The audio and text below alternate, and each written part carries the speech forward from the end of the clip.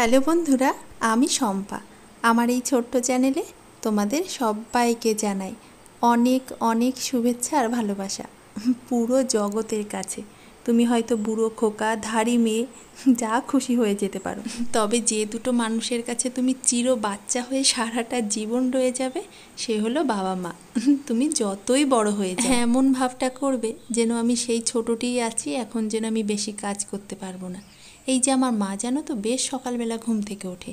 আমি নিজে কিন্তু 6টা সাড়ে 6টার মধ্যে ঘুম থেকে উঠেই পড়ি। তাহলে ভাবো তারা কত সকালে ওঠে। আজ তো জানো কত কাজ করে রেখেছে। কাজের কথা ছাড়ো, জামা কাপড়গুলো অবধি ধুয়ে রেখেছে। আমি একদম ঘুম থেকে উঠে অবাক। Good morning. রিত কিন্তু সকালবেলা উঠেছে, অনেকটা সকালে জানো তো, বাবার সাথে ঘুরছিল। আর মা তো আমার আগেই চান করে পুজো দিতে বসেছে। বাবার কোলে চুপ ছিল, কিন্তু যেই আমাকে দেখেছে অমনি কান্নাকাটি শুরু করেছে। আর মা অলরেডি পুজো শুরু করে দিয়েছে। আমি এখন ঝটপট রান্নাটা সেরে নেবো। রান্নাটা সকাল সকাল সেরে নিতে পারলে না কাজ অনেকটা কম মনে হবে, আর অনেকটা সময় গল্প করতে পারবো মার সাথে। চলো রান্নাটা সেরে নিই, তারপর আবারও তোমাদের সামনে ফিরে আসছি। টাটা।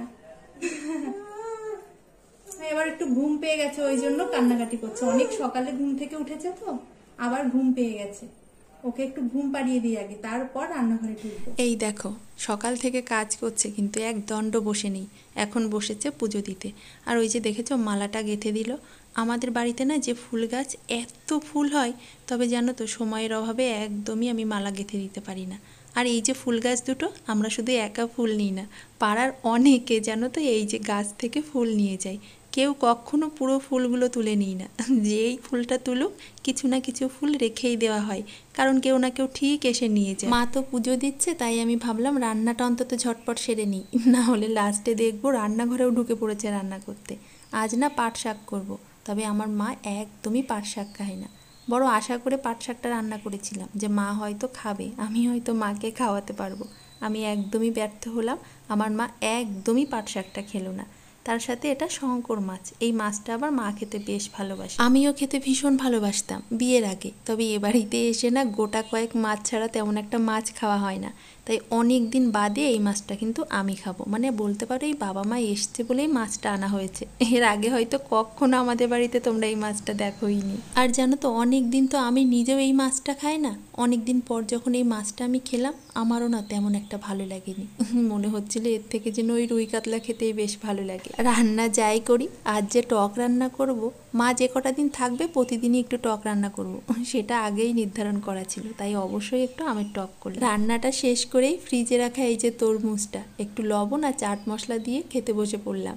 আর এই যে গরমে এই তরমুজটা খেতে যে কি ভালো লাগছিল সে কি বলবো, দারুণ লাগছে। জানো তো আমার বাবার বাড়ি তো গ্রামে, সপ্তাহে 2 দিন হাট বসে। আর হাট থেকে তো প্রতিদিনই খাবার আনা হতোই।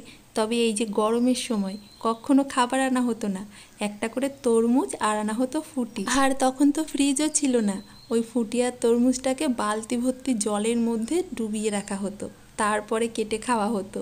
সে যে কি ভালো লাগতো। ঠান্ডা ঠান্ডা তরমুজটা খেয়ে না একদম শরীরটা পুরো ঠান্ডা হয়ে গেছে। তারপর রিতকে এখন একটু চান করিয়ে দেবো, তবে ওর নখগুলো না ভীষণ বড় হয়ে গেছে, তাই একটু কাটতে বসলাম। আর ওই দেখো দিদু নদীকে ওর সাথে খেলা করছে। আর একটা কথা জানো তো, এই যে আমার মাকে দেখলে না আমাদের বাড়িতে আসলো আমার বিয়ের পর, আজ অবধি জানো তো মা কিন্তু বছরে একবারই আসে, সেটা ওই ডিসেম্বর মাসে বাচ্চাদের যখন পরীক্ষা শেষ হয়ে যায়। তাই ছাড়া কিন্তু মা কখনো আসতো না। খুব প্রয়োজন না হলে, মানে আমার শরীর খারাপ না করলে মা একদমই আসতো না। আর এই প্রথমবার মা কিন্তু অসময়ে এলো, মানে সেই ডিসেম্বরের আগে। আর মিমির সময়ে তো আমি মিমিকে নিয়ে ওখানেই ছিলাম, তাই আর কি মাকে অতটা আসতে হয়নি।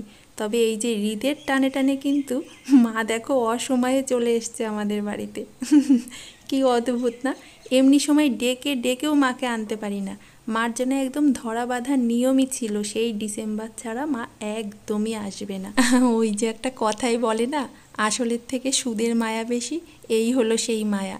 আমার পরেও হয়তো এতটা মায়া নেই যতটা রিত বা মিমির উপরে আছে। না না, মায়া আমার উপরেও আছে, তবে এই মায়াটা একদমই আলাদা, এর সাথে কোনো কিছুর তুলনা হবে না। তারপর রিতকে চান করিয়ে দিলাম। চান করার পর কিন্তু রিত এমনিতেই ঘুমিয়ে পড়ে, তবে মা দেখো আবার আদর করে পিঠে রেখে ঘুম পাড়িয়ে দিচ্ছে। এই যে এখন রিদের আদর খাওয়ার সময়, তো রিদ আদর খেয়েই ঘুমিয়ে পড়ুক, আর আমি বাদবাকি কাজগুলো আবার সারতে লেগে পড়লাম। বাদ বাকি কাজ বলতে মা কিন্তু সবই সেরে রেখেছিল। এই রান্না তো হয়ে গেছিলো, তবে রান্নার ওই জায়গাটা না পরিষ্কার করে পারিনি, ওটাই পরিষ্কার করতে চলে গিয়েছিলাম। তারপর এই যে জামা কাপড়গুলো উঠিয়ে নিলাম। মা কিন্তু এইগুলো সব কেচেছে, আমি কাচিনি। দিদিনের কোলে তো একদম আদর খেতে খেতে রিত ঘুমিয়েই পড়লো। ঘুম থেকে উঠলে রিতকে খেতে দেবো, বাবাকে খেতে দেবো, আর মিমি আসবে সেই দেরিতে। মা কি বলছে জানো, বলছে মিমি বাড়িতে নেই, খেতে একদমই ইচ্ছা করছে না, বাড়ি আসলে খাবো।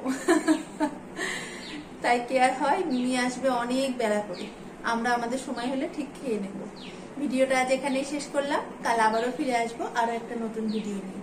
সবাই ভালো থেকো, আর অবশ্যই অনেক অনেক আনন্দে থেকো। টাটা।